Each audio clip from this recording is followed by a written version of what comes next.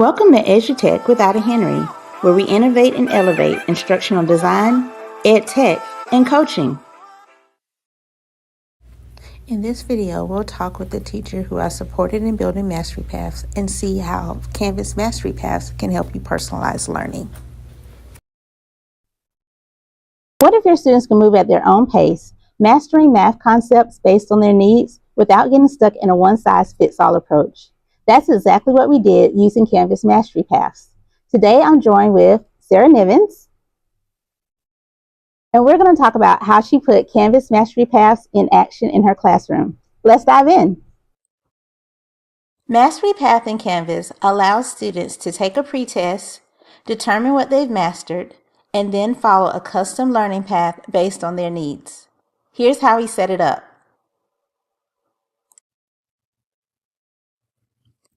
Mastery paths are built in modules. Here's an example of the mastery path we built.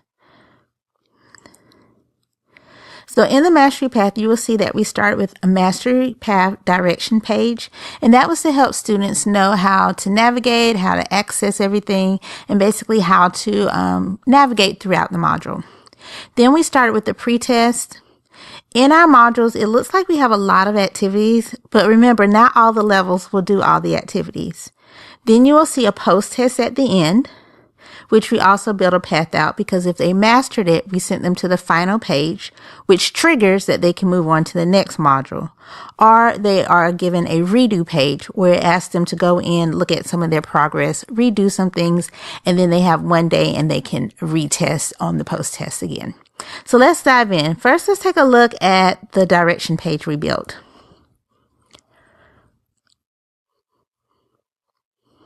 This page just helps them know how to access their mastery path, how to complete the initial activity, how to follow through their path, and how to check their progress, including what happens if they master going to the final page, or if they do not master and need to go to the redo page that it sends them to.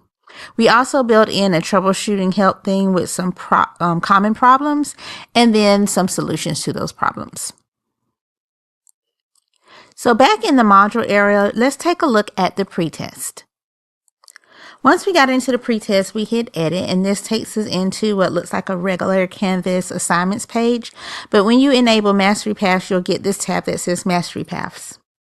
Here you can see how we kind of broken up each level. We decided that 9 through 8 would be our mastery level. So if they master the pretest, it sends them straight to the final page, which triggers that they may move on to the next module.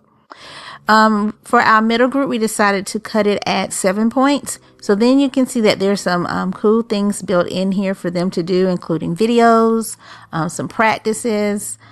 And then down at the bottom, we have our lower level where you can see that they have vocabulary built in and some other assignments based on their levels. Okay, back in the module area, you can see that we also put in a post-test. And the post-test mastery path is built pretty much the same where it has this different levels. So let's take a look at those. Okay, again in the post-test, we're going to go to the mastery path tab. And you can see here in this tab, if they score in the mastery area, it sends them right to the final page, which triggers that they have completed this module and may move on to the next module. But in the other levels, we built them to go to the redo path, and the redo page simply walks them through knowing how to get back to their progress, to check where they are, and also to be able to review maybe some of the assignments that they were not mastered at that they may need to re-practice in order for the post-test to unlock for them a day later, because we did build that in, that they can redo the post-test.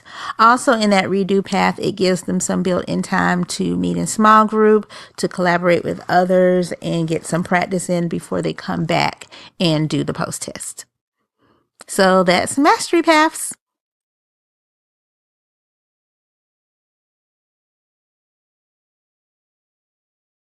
Okay, so let's talk about how mastery paths went. What kind of challenges were you facing before you implemented mastery paths? Like, what made you think about mastery paths? Well, I was really looking for a way to review for our end of year state testing, and I didn't want to have to be the driver of all of that. Not all of my kids necessarily needed all of the same thing. I wanted to be able to work with kids in small group and give my other kids something to do that was going to be worthwhile for them.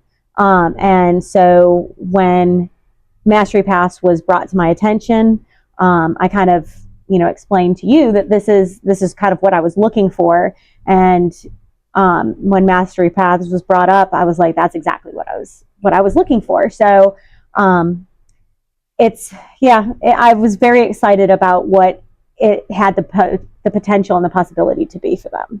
So I heard you say that you were looking for something to solve the small group problem, but also kind of personalize how your students were learning and help them progress in the ways that they needed based on what they needed. What was your biggest takeaway throughout the process of building your Mastery Paths? It's a lot of work, but it's ultimately it's what's best for the kids.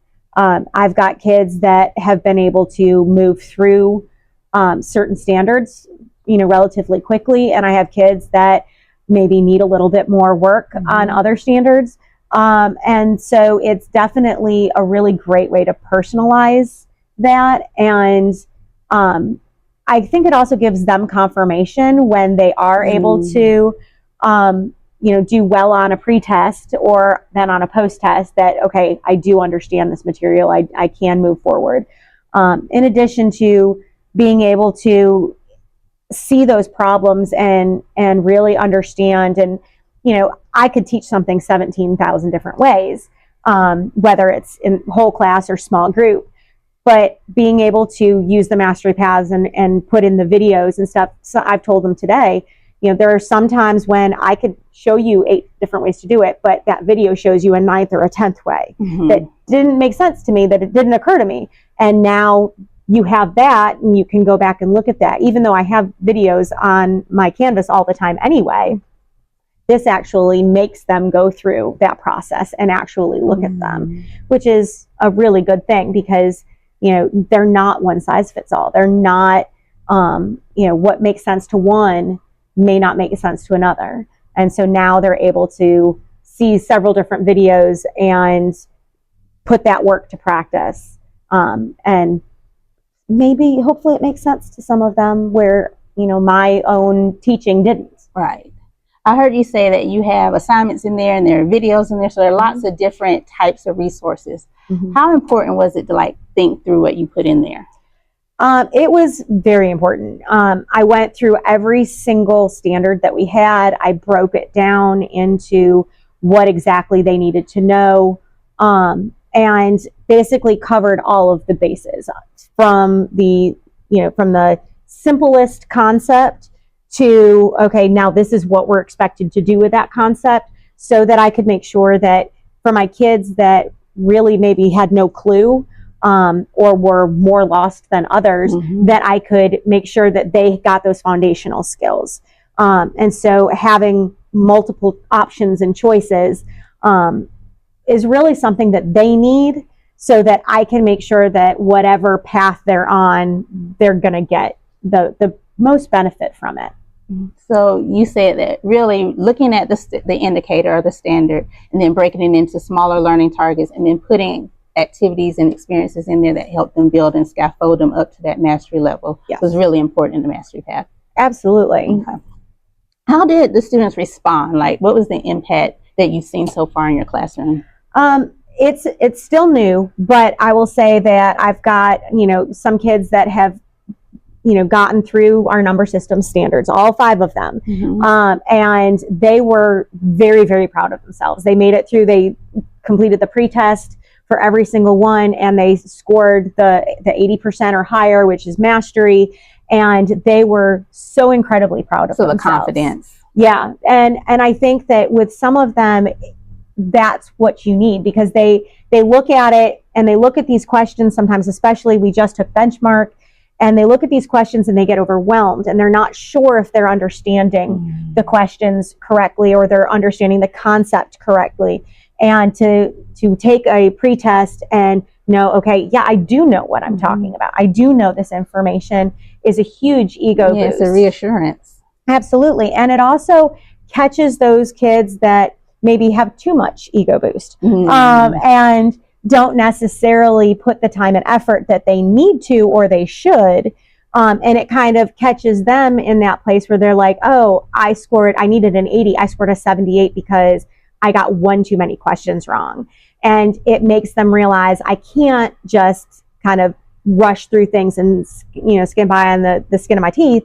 And I have to actually put forth the effort. That it's almost that ownership where whatever I put in, that is what I'm going to get out of it. So it's that connection of knowing that they own their learning, they're in control of it. Absolutely. And that's a conversation that I have with all of my classes. When we started this, I told them, look, whatever you put into this is what you will get out of it. So if you're not going to put in the effort, then you're not going to get anything out of this. And you're not going to do as well as you want to in the long run. And they, most of them want to do well. They know what, at this point, 7th grade, they know what these high stakes tests are like. And so they know that their parents will see it. They know that their teachers will see it. They know that the district will see it, and they want to perform. And so sometimes it's just a matter of, I tell them all the time, especially with my gifted kids, that we've got to look at the small and easy things, because when we make a mistake on those small and easy things, then it just magnifies itself on those harder skills. Yes. And we can't get to those harder skills if we're making careless mistakes on the easy ones. Right. And that's especially true for map testing. So when they were taking this test and they were like, I missed it by 2 points. I know that when they go to take their pre-test for the next one and the post-test for this standard that they're currently working on, I know that they will take their time and pay more attention to what they're doing, because they've now already fallen into that rut and they're like, I don't like this. Especially when you know you can do better. It's one thing if you struggle and that's the result you get, but when you know you could have done better, I think that might be a motivation for them. Oh, absolutely. Especially with that high group of kids, because they have a lot of high standards. Everything's, for a lot of them, it's been easy for them. Right. And then when they don't perform where they expect that, they should perform, it's almost a hit to the ego. And sometimes they need that. They need that for the growth mindset. Otherwise, they just think everything comes easy. I'm just smart because I'm smart, and not I'm smart because I have to put in work and effort and try. Absolutely. Next question. Would you recommend other teachers use this strategy of maybe building mastery paths? Absolutely. I think that it's a great way to make sure that all of your kids are getting whatever it is that they need. It is a lot of front-loaded work. But I've also told the kids that I've put, an investment in this as well. So it's not just their investment, it's my investment, because I've put hours and hours and hours into this to benefit them. And so I think that they have a better understanding of the fact that I really want this for them, and I put this in place to help them. And I think that they respect that, at least most of them. And so they want to do what they can, and show me that they're willing to do it. And, when I'm sitting here in small group and I have my link up there, I can see their screens, I can see what they're doing. And the majority of them are doing exactly what they're supposed to be doing. They're working through those problems. So I think that not just for them getting exactly what they need, I think that there's just a lot of different things that they will benefit from using the mastery path. That's good. I also think on the teacher end of it, having that backwards thinking of, I've looked at the indicator, this is the learning target I identified. What will it look like if they were mastering it? And then what can I do to make sure I get them to that level, and where are they starting? So almost, where's your entry point? Where do I need you to be? And what are the bridges in between that to get them there? Absolutely. I think that, with some of it, if you don't have those foundational skills, if you're maybe confused on vocabulary, and not sure exactly what you need to get from A to C, this gives them the opportunity I can have those kids who maybe are ready for B, they can start there. And we're just kind of fine tuning. But the kids who really need, okay, remember, this is what an integer is. This is what a rational number is. all of those things that we need to go back and revisit because we haven't talked about them specifically since August. Right. We want to make sure that they are reminded of those things because sometimes too it's just a matter of they need to be reminded, but I don't have time with 30 kids in a class to sit there with 5 kids and remind them you already know this. Mm-hmm. This gives them that opportunity to be able to say, oh yeah, I do remember that. I do know how to do that. I have seen this before. Yeah, it's not new. Shocking. Yeah, so I think that makes a difference to them. And then I can use that time and pull kids and deal with kind of those fires where I see that I need to go back and say, like, hey, I really got to put my hands on you. Yeah, like what is the greatest common factor? What does factor mean? And really break those misconceptions down where I can't necessarily do that whole class and make sure that I hit everybody. Because at this point, as we review, kids are all over the map as far as what they know. Because now they're wide open to all the things you taught all year. Right. So this gives them that more direct approach of what they need. So thank you. I look forward to seeing what you do next. I appreciate that. I am too. Mastery paths are a game changer for personalizing instruction. If you're ready to try it, start small. Set up a single pretest and build pathways for one standard or indicator. If you need support, drop your questions in the comments below and hit the like button if this gave you ideas. And don't forget to subscribe for more EdTech strategies. Want to see it in action? Check out the link below for a step-by-step guide. Bye! Thanks for watching.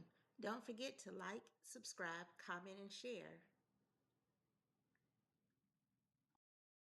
Thanks for watching. Don't forget to like, subscribe, comment, and share.